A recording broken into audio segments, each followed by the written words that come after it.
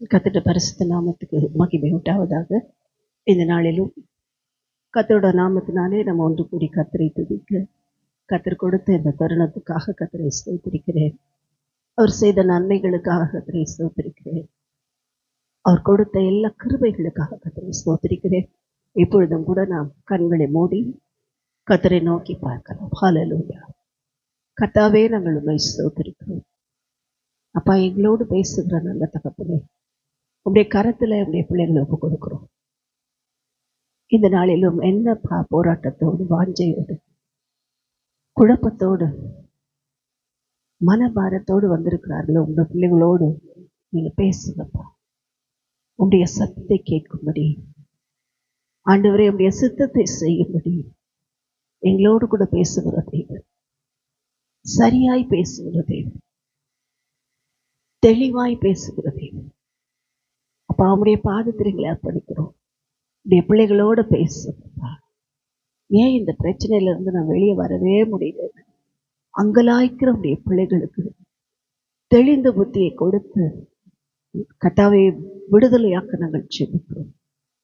ஆண்டவரே, இந்த வியாதியிலிருந்து நான் எப்படி சுகமாவேன் என்று யோசிக்கிற உடைய பிள்ளைகளுக்கு ஞானத்தை கொடுத்து, நாங்கள் பாடினது போல என் தேவன் எனக்காக ஏதாகிலும் செய்திடுவார், சர்வஞானியே நான் உம்மை ஆராதிப்பேன் என்று உம்மை ஆராதிக்கிற அந்த அபிஷேகத்தை கொடுத்து உடைய பிள்ளைகளோட பேசுங்கப்பா. பிரயோஜனமா இருக்கிறதை உங்களுக்கு சொல்லிக் கொடுக்கிற தேவன் என்று சொன்ன கர்த்தர், பிரயோஜனமா இருக்கிறத சொல்லித்தாங்கப்பா. இன்றைக்கும் பாடுகளோடு, கட்டுகளோடு, வியாதிகளோடு, பலவீனங்களோடு, குழப்பங்களோடு, கடன் பிரச்சனைகளோடு, ஆண்டவரே கண்ணீரோடு இருக்கிற பிள்ளைகளுக்கு ஒரு விடுதலை கொடுப்பீராக என்று சொல்லி ஜெபிக்கிறோம். ஜெபிக்கும் போதே அற்புதங்கள் நடக்கட்டும் ஆண்டவரே. சரீரத்தில் அவர்கள் சுகத்தை உணருவார்களாக. இப்பொழுது இயேசுவின் நாமத்துல இவள சரீரங்களை கட்டி வைக்கிற சாத்தானை நாங்கள் கட்டி அப்புறப்படுத்த கர்த்தர் விடுதலையாக்குவீராக, கர்த்தர் அற்புதம் செய்வீராக, கர்த்தர் பலப்படுத்துவீராக, எங்களோடு கூட பேசுவீராகப்பா. பிரயோஜனமா இருக்கிறத எங்களுக்கு சொல்லிட்டாங்க. இயேசுவின் நாமத்தில் பிதாவே, ஆமென். கர்த்தருடைய பரிசுத்த நாமத்துக்கு மகிமை உண்டாவதாக. கர்த்தர் நல்லவரோட கிருபை என்றும் உள்ளது. கர்த்தருடைய பரிசுத்த நாமத்துக்கு ஸ்தோத்திரம். இந்த நாளிலும் நான் ஜெபித்த போது கர்த்தர் எனக்கு கொடுத்த ஒரு வசனத்தை நாம் வாசிக்கலாம்.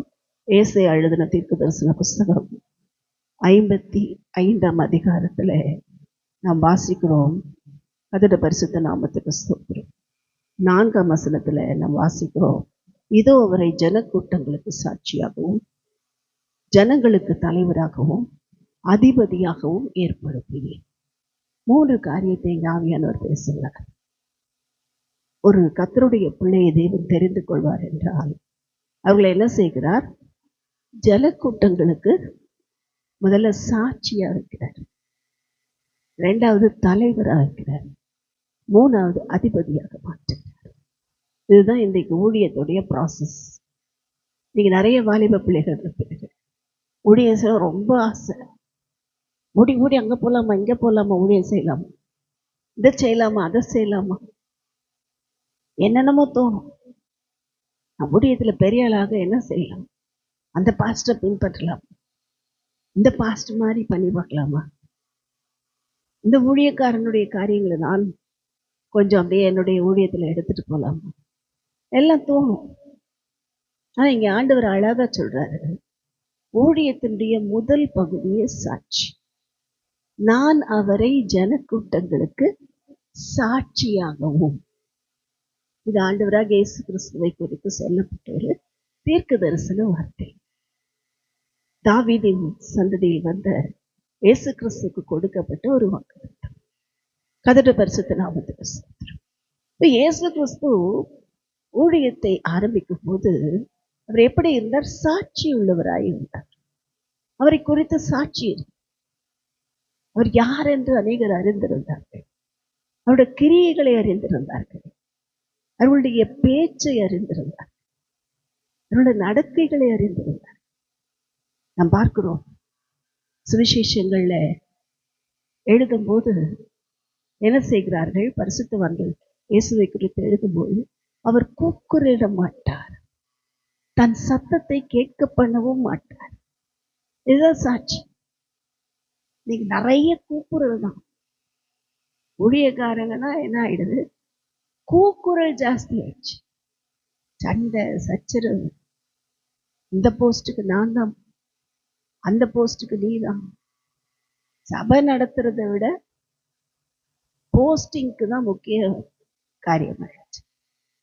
ஆளே இல்லைனாலும் நான் தான் பிரசிடென்ட், ஆளே இல்லைனாலும் ஆத்துமாக்களே வரலைனாலும் அந்த சபையில நான் தான் வைஸ் பிரசிடென்ட், நான் தான் டைரக்டர், நான் தான் பெரிய ஆள் என்று சொல்லி இன்றைக்கு பதவிகளுக்காக ஓடுகிறவர்கள் தான். காரணம் என்னன்னா, இந்த வசனத்தை அவங்க மறந்துடுறாங்க. முதல்ல ஜன கூட்டத்துக்கு சாட்சியாக தான் வைப்பார். அப்படிதான் இருந்தார் அவர். இயேசுவை குறித்து எல்லாம் சாட்சி சொல்றார். பிலாத்து சாட்சி சொல்கிறான், புறஜாதி மனுஷன். அந்த அளவுக்கு தேவனை குறித்த ஞானம் இல்லாதவன், யூதன் அல்ல. கர்த்தருடைய பரிசுத்த நாமத்துக்கு ஸ்தோத்திரம். பிலாத்து சாட்சி சொல்லாத, நீதிமான இடத்துல நான் ஒரு குறைவையும் காணவில்லை, ஒரு குற்றத்தையும் காணவில்லை. தான் சாட்சி. எல்லாம் பொய் சாட்சி சொல்லிட்டு இருக்காங்க. ஏன்னா இன்னைக்கு சாட்சின்னு சொன்னாலே கூடவே ஒரு பக்கம் பொய் சாட்சியும் இருக்கும். கர்த்தருடைய பரிசுத்த நாமத்துக்கு ஸ்தோத்திரம். பொய் சாட்சியம் இயேசு கிறிஸ்து விரோதமா எழுப்பினது. ஆனால் இங்க பார்க்கிறோம், ஏன் பொய் சாட்சி சொன்னாங்க? இயேசு குறித்து ஏன் பொய் சாட்சி சொன்னாங்க? எத்தனையோ பேர் பரிசேயர் சதுசேயர்லாம் இருக்காங்க. இத்தனை பேர் இருக்கும்போது ஏன் பொய் சாட்சி சொன்னாங்க? சொன்னதே பரிசேயர் சதுசேயர் கூட்டம் தான். ஏன் பொய் சாட்சி சொன்னாங்கன்னா, இயேசு பணம் சம்பாதிக்க விரும்பவில்லை, இயேசு புகழ் சம்பாதிக்க விரும்பவில்லை, இயேசு தன்னை ஸ்தாபிக்க விரும்பவில்லை. அவர் விரும்பினதெல்லாம் பிதாவின் ஊழியத்தை செய்ய, பிதாவின் ராஜ்யத்தை கட்டவே விரும்பினபடினாலே இவங்க விரும்புற மாதிரி அவர் பிரசங்கம் பண்ணல. ஊழியம் செய்யறாரு. அவர் எப்படி செய்யறாரு? தனக்கு விருப்பமானதை என்ன செய்கிறார்? போதிக்கிறார் என்று அவர்கள் யோசித்தார். நம்ம இவ்வளவு காணிக்க போடு, அவ்வளவு காணிக்க போடுன்னா, இங்க காணிக்கையில 2 காசு தான் ஜாஸ்தி இருந்தார். நான் இவ்வளவு கொடு அவ்வளவு கொடுன்னு இவ்வளவு பெரிய பணக்காரங்க கிட்ட வசூல் பண்ணா, இவர் அதெல்லாம் தப்பு என்று சொல்லி என்ன செய்கிறார்? போதிக்கிறார். இவரோட போதனை வித்தியாசமா இருக்கு. நமக்கு வருமானம் போயிடும். அதனாலதான் இயேசுவை பகைத்தார்கள். வேற எந்த ரீசனும் கிடையாது. வருமானம் போயிடும்னா நம்மளை பகைப்பார்கள். கர்த்தருடைய பரிசுத்த நாமத்துக்கு ஸ்தோத்திரம். அதுதான் இங்க பார்க்கிறோம். இயேசுவை ஏன் பொய் சாட்சி சொல்ல எழும்பினார்கள்? வருமானம் போயிடுச்சுன்னா என்ன பண்றாங்க? இதுதான் புறஜாதிகளும் செய்தார்கள் பவுலோட ஊழியத்துல. இந்த மனுஷன் எப்படி இருக்கிறான்? கொள்ளை நோயாக இருக்கிறான். உச்சக்கரம் முழுவதுக்கும் ஒரு கொள்ளை நோயா இருக்கு. நம்மளுடைய தேவி தியானாளுடைய புகழ் அழிஞ்சு போயினால. கர்த்தருடைய பரிசுத்த நாமத்துக்கு ஸ்தோத்திரம். அவங்க கடவுளோட புகழே போயிடுமா. அதனால இவன் எப்படி இருக்கிறான்? கொள்ளை நோயா இருக்கிறான். இவனை கொன்று போடுங்கள் என்று பவுலுக்கு விரோதமாக பிரார்த்தனை பண்ணினார்கள். கர்த்தருடைய பரிசுத்த நாமத்துக்கு ஸ்தோத்திரம். இன்றைக்கும் சாட்சி அப்படின்னு என்ன அர்த்தம்? அதை மற்றவங்க சொல்லும் போது அது உண்மையுள்ள சாட்சியா இருக்கும். பிலாத்து சொல்லுகிறார், இந்த நீதிமான இடத்தில் நான் ஒரு குற்றத்தையும் காணவில்லை. பெரிய பெரிய ராஜாக்கள் வந்தார்கள், தேசாதிபதிகள் வந்தார்கள், பேலிக்ஸ், பெஸ்து, பெரிய ஆட்கள்லாம் வராங்க. எல்லாம் பவுலை பார்க்கறாங்க. என்ன செய்யறாங்க? சாட்சி சொல்லுகிறார்கள், இந்த மனுஷத்துல ஒரு குற்றத்தையும் காண. கர்த்தருடைய பரிசுத்த நாமத்துக்கு ஸ்தோத்திரம். இன்னைக்கு நம்முடைய வாழ்க்கையில, நம்முடைய ஊழியத்துல அழைத்த தேவன் எதை எதிர்பார்க்கிறார்? முதல்ல சாட்சியார், கொடுத்த சபையில சாட்சியார், கொடுக்கப்பட்ட ஊழியங்கள்ல சாட்சியார், கொடுக்கப்பட்ட பிள்ளைகளிடத்துல, குடும்பத்துல சாட்சியார். கர்த்தர் பார்த்துக்கிறார். நம்ம சாட்சியா இருந்தா நம்ம வாழ்க்கையும் நம்ம பிள்ளைகளையும் கர்த்தர் பார்த்துக்கிறார். நம்ம போய் எதுவும் பெருசாலாம் பண்ண வேண்டாம், அவர் பார்த்துக்குவார். கர்த்தருடைய பரிசுத்த நாமத்துக்கு ஸ்தோத்திரம். அப்படிதான் கர்த்தர் நடத்துகிறார், இது வரைக்கும் நடத்தி கொண்டிருக்கிறார். நாம செய்ய வேண்டியதெல்லாம் சாட்சி உள்ள வாழ்க்கை. இன்றைக்கு தேவன் நம்மிடத்தில் எதிர்பார்க்கிற அந்த சாட்சியான ஒரு வாழ்க்கையை பெற்றுக்கொள்ளும். ரெண்டாவது, சாட்சி வந்த அப்புறம் தான் அப்போஸ்தலரோட வாழ்க்கையில ஊழியத்தை தேவன் எப்படிதான் அனுமதித்தார்? முதல்ல அழகா சொல்லிக் கொடுக்கிறார். அப்போஸ்தலர் நடவடிக்கைகள் 1:8 மனப்பாடமா தெரியும். பரிசுத்தாவி உள்ளத்துல வரும்போது நீங்கள் பலன் அடைந்து யூதேயாவிலும் எருசலேமிலும் சமாரியாவிலும் பூமியின் கடைசி பரியந்தம் எனக்கு சாட்சிகளாயிருக்கு. கடைசி பரியந்தம் ஊழியத்துக்கு ஓடுவீங்கன்னு சொல்லல, முதல்ல சாட்சிகளாயிருக்கு, அப்புறம்தான் ஊழியத்துக்கு அனுப்புறாரு. இப்போ ஊழியம் செய்ய போறாங்க. அந்த ஊழியத்துல கர்த்தர் மகிமையை வெளிப்படுத்தினார். அவங்கள மகிமையை தேடல, கர்த்தர் வெளிப்படுத்தினார். அந்த ஊழியத்துல இயேசு மகிமைப்பட்டார். பேதுருவை மகிமைப்படுத்தவில்லை, இயேசுவை மகிமைப்படுத்தினார்கள். கர்த்தருடைய பரிசுத்த நாமத்துக்கு ஸ்தோத்திரம். பவுலை மகிமைப்படுத்தவில்லை, தேவனை மகிமைப்படுத்தினார். அதுதான் ஊழியம். கர்த்தருடைய பரிசுத்த நாமத்துக்கு ஸ்தோத்திரம். அப்ப ஜனக்கூட்டங்களுக்கு முதல்ல சாட்சியாய் வைக்கிறார். ரெண்டாவது, தலைவன் லீடரா வைக்கிறார். ஒரு கூட்டத்தை நாம் நடத்தி கொண்டு நாம போய் தேட வேண்டாம். ஊழியத்தை நாம் தேவ பிள்ளைகளா இருப்போம் என்றால் முதல்ல சாட்சியா இருந்தா போதும். எப்படி ஊழியத்தை நம்மளை நடத்த வைப்பார் நமக்கே தெரியாது. நமக்கு ஆச்சரியமா இருக்கும், நம்மளை இப்படியெல்லாம் ஊழியம் செய்ய வைக்கிறாரு அப்படின்னு நமக்கு ஆச்சரியமா இருக்கும். நிறைய பேரோட பிளானு, நான் ஜனக்கூட்டத்துக்கு தலைவனா இருக்கணும்னா என்ன அர்த்தம்? ஃபாரின் போகணும். அதுதான் ஜனக்கூட்ட தலைவனுக்கு ஒரு அடையாளம் நினைக்கிறேன். இல்லை, நமக்கு கொடுக்கப்பட்ட இடத்துல சாட்சியா இருந்தா நம்மை பின்பற்ற ஒரு கூட்டம் வரும். தேவனுக்கு சித்தமானார் அவர் எந்த ஊருக்கு கூட்டு போனாலும் ஆப்பிரிக்கா போனாலும் ஓகே, ஐரோப்பா போனாலும் எல்லாம் ஒண்ணுதான். நம்ம எல்லாம் அவரோட. கர்த்தருடைய பரிசுத்த நாமத்துக்கு ஸ்தோத்திரம். இப்ப என்ன செய்ய வேண்டும்? முதல்ல நான் தேவனுக்கு சாட்சியா இருக்க வேண்டும். ரெண்டாவது, கர்த்தர் என்னை என்ன செய்கிறார்?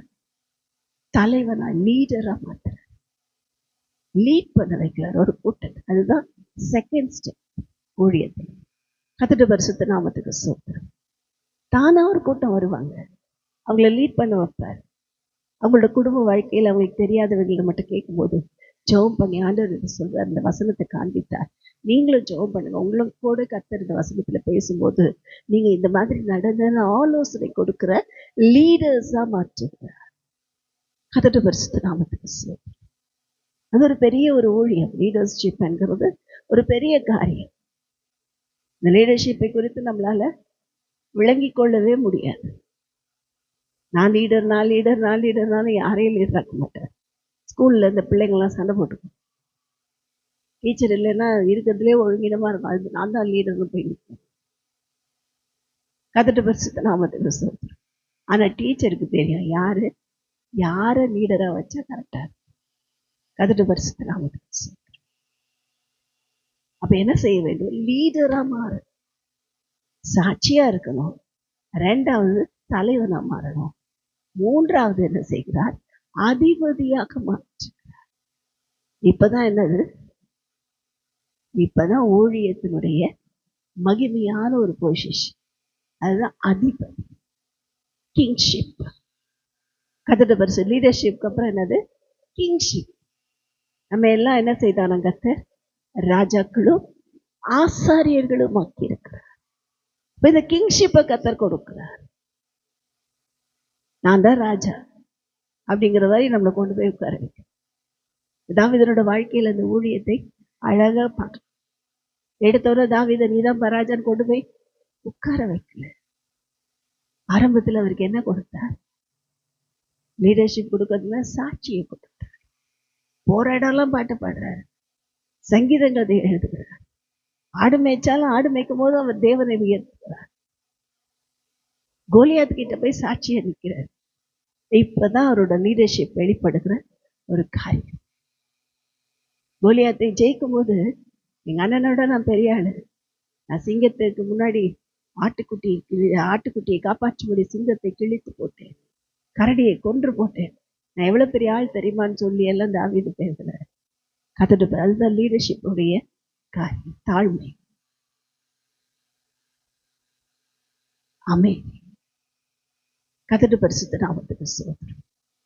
இதெல்லாம் என்னது? லீடர்ஷிப்புடைய குவாலிஃபிகேஷன். தாவீது அங்க என்ன சொல்றாரு? நீ நிந்திக்கிற இஸ்ரவேலின் தேவனாகிய சேனைகளுடைய கர்த்தருடைய நாமத்துல வருகிறேன். 1 சாமுவேல் 17ஆம் அதிகாரத்துல வாசிக்கிறோம். சொல்லும்போது அழகா சொல்றாரு, சேனைகளின் கர்த்தராகிய தேவன். யாரை மகிமைப்படுத்துகிறார்? லீடர்ஷிப்க்கு முதல் காரியம் தேவனை மகிமைப்படுத்தினார். சிறுவயதெல்லாம் சாட்சியா வாழ்ந்தார். தேவன் லீடர்ஷிப் கொடுக்கும்போது தேவனை மகிமைப்படுத்தினார். அப்புறம்தான் கிங்ஷிப். அப்புறம்தான் என்னாச்சு? எடுத்தோட ராஜாவை உட்கார வைக்கலாம். அபிஷேகம் பண்ணப்பட்ட நாள் வேற. சிறு வயதுல அபிஷேகம் பண்ணப்பட்டுட்டார். ஆனால் அந்த அபிஷேகத்தில் நிறைவு, நீ ராஜாதான், சில பேரின் ராஜாதான் அங்கீகாரம் கிடைக்கிறதுக்கு உடனே கிடைக்கல. தாவீதை பழக்க வைத்தார், ட்ரைனிங் கொடுத்தார், நிறைய ட்ரைனிங் கொடுத்தார். எப்படி யுத்தம் பண்றது, எப்படி சண்டைக்கு போறது. ஏன்னா அவருக்கு கத்தி எடுத்து சண்டை போட இஷ்டம் இல்லை, பிடிக்கல. உண்டிகோல் வச்சுதான் சண்டை போடாது. ஆனால் அதே தாவீதை கோலியாத்தின் பட்டயத்தை வைத்து சண்டை போடுகிற அளவுக்கு தேவன் என்ன செய்தார்? பழக்க வைத்தார். கைகளை போடு, விரல்களை யுத்தத்திற்கு பழக்க வைத்தார். இப்ப தாவீது போய் யுத்தத்துல நிற்கும் போது பகைவர்கள் நடுநடுங்கினார்கள். அதுதான் கிங்ஷிப். போய் தாவீது உட்கார்ந்தவன ஜனங்கள் என்ன செய்கிறார்கள்? அவருக்கு பயந்தவர் சத்தத்தை கேட்டார்கள். எடுத்தோன்னு சமஸ்த இஸ்ரவேலை ஆளுகை செய்ய விடல. கொஞ்சம் கொஞ்சமா தான் எக்ஸ்பேண்ட் பண்ணார். கொஞ்சம் கொஞ்சமா தான். முதல்ல சிலர் வந்தார்கள், யூதர்கள் வந்தார்கள், எங்க மேல ஆளுகை செய், எங்க தேசத்துல எங்க பகுதிகள் எல்லாம் நீர் ஆளுகை செய், நீர் ராஜாவை கூப்பிட்டு போற. கொஞ்ச நாள் ஆச்சு. அப்புறம் தான் மற்ற எல்லா கோத்திரத்தாரும் வந்தாங்க தாவீது இடத்துல, எங்களையும் நீரே ஆளுகை செய், சமஸ்த இஸ்ரவேலின் மேல் ராஜாவாக்குறதுக்கு. தாவீதுக்கு இவ்வளோ ட்ரைனிங் தேவைப்பட்டா நாம எல்லாம் ஏமாத்துறோம். அதோட பரிசுத்த நாமத்துக்கு ஸ்தோத்திரம். அப்ப இன்றைக்கு தேவன் விரும்புகிற ஒரு காரியம், முதலாவது நான் என்ன செய்யணும்? சாட்சியா இருக்கணும். ரெண்டாவது, நான் தலைவனாய் தேவன் மாற்றுவார். நானே நான் லீடர்னு சொல்லிக்க வேண்டாம். ஏன்னா லீடர்ஷிப் கொடுக்குற தேவன் அங்கீகாரத்தை கொடுப்பார். இயேசுவுக்கு லீடர்ஷிப் கொடுத்த உடனே அங்கீகாரத்தை எப்படி கொடுத்தார்? பிதாவாகிய தேவன் வானத்திலிருந்து அவரோட சத்தத்தை சாட்சியாய் வெளிப்படுத்தினார். இதோ நான் மகிமைப்படுத்துவேன், இன்னும் உண்மை மகிமைப்படுத்துவேன். சத்தத்தை கேட்கிறாங்க. மறுரூபமாலே யோவான் ஸ்நானகனுக்கு கன்ஃபியூஷன். இவர் தான் இயேசுவா, இவர் தான் லீடரா தெரியல. ஞான ஸ்நானம் கொடுக்க போறாரு, இவர் தான் தேவன் ஏற்படுத்தின லீடரா தெரியல. பிதாவாகிய தேவன் சொல்லுகிறார், இவருடைய நேசகுமாரன், இவருக்கு செவி கொடு. அங்க இருந்து சாட்சி. நாம சாட்சியா இருந்தா எங்க இருந்து சாட்சி வரும்? அங்க இருந்து வரும். யாரும் நம்மை குறித்து சாட்சி சொல்ல வேண்டாம். பிதாவாகிய தேவன் வானத்திலிருந்து இயேசுக்காய் சாட்சி கொடுத்தது போல பரிசுத்த இயேசு கிறிஸ்து நமக்காக அவருடைய சாட்சியை வெளிப்படுத்தி அவருடைய வார்த்தையினாலே நம்மை அங்கீகரிப்பார், அவருடைய சத்தத்தினாலே நம்மை அங்கீகரிப்பார். ஒரு ஜனக்கூட்டம் பின்பற்றும்படி கர்த்தர் அங்கீகரிப்பார். பார்ப்பதும் நடக்குது, எல்லாம் நடக்குது. அப்ப கூட யோவான் ஸ்நானகனுக்கு நம்பிக்கை வரல. கர்த்தருடைய பரிசுத்த நாமத்துக்கு ஸ்தோத்திரம். வரவேண்டியவர் இவர் தானா? வேறொருவர் காத்திருக்கணும். அங்கீகாரத்தை தேவன் கொடுத்தார். கர்த்தருடைய பரிசுத்த நாமத்துக்கு ஸ்தோத்திரம். அப்ப இன்றைக்கு தேவன் நம்மிடத்துல எதிர்பார்க்கிறதெல்லாம், ஆண்டவரே நான் சாட்சியா இருக்க போறேன், நான் ஒப்பு கொடுக்குறேன். இந்த வாழ்க்கையில இது வரைக்கும் நான் எப்படி இருந்தனோ தெரியாது. நான் யாரையோ பின்பற்றினேன், பெரிய ஆளா இல்லை நினைச்சேன். இல்லை, இன்னைக்கு நீர் சொல்லி கொடுத்தபடி சாட்சியா இருக்க போறேன். நீர் எனக்கு எப்போ லீடர்ஷிப்பை கொடுப்பீரோ அது வரைக்கும் காத்திருக்க போறேன். லீடர்ஷிப் வந்திருக்கவங்க ஒருவேளை சில ஜனக்கூட்டத்தை கொடுத்திருப்பார். அவங்க என்ன பண்ணுங்க, ஆண்டவரே இந்த லீடர்ஷிப்ல நான் என்னை உத்தமமாய் ஒப்பு கொடுப்பேன். எனக்கு கொடுக்கப்பட்ட சிறு கூட்டமா இருக்கலாம், சண்டே கிளாஸ் பிள்ளைகளா இருக்கலாம், ஒருவேளை விபிஎஸ் ஊழியமா இருக்கலாம், வாலிப பிள்ளைகளா இருக்கலாம், யாரும் தெரியாது. நான் அதுல உண்மையா இருப்பேன். கர்த்தர் என்ன செய்வார்? கிங்ஷிப்பை கொடுப்பார். அதுதான் நமக்கு ஊழியத்தின் நிறைவு, ஊழியத்தின் பூரணம். அப்ப இன்றைக்கு தேவன் கொடுக்கிற இந்த ஊழியங்களை நாம் செய்ய தேவன் அழைக்கிறார். நம்ம ஒப்பு கொடுப்போம். கர்த்தர் தாமே நம்மோடு கூட இருந்து பெரிய காரியங்களை செய்வார். ஆம்.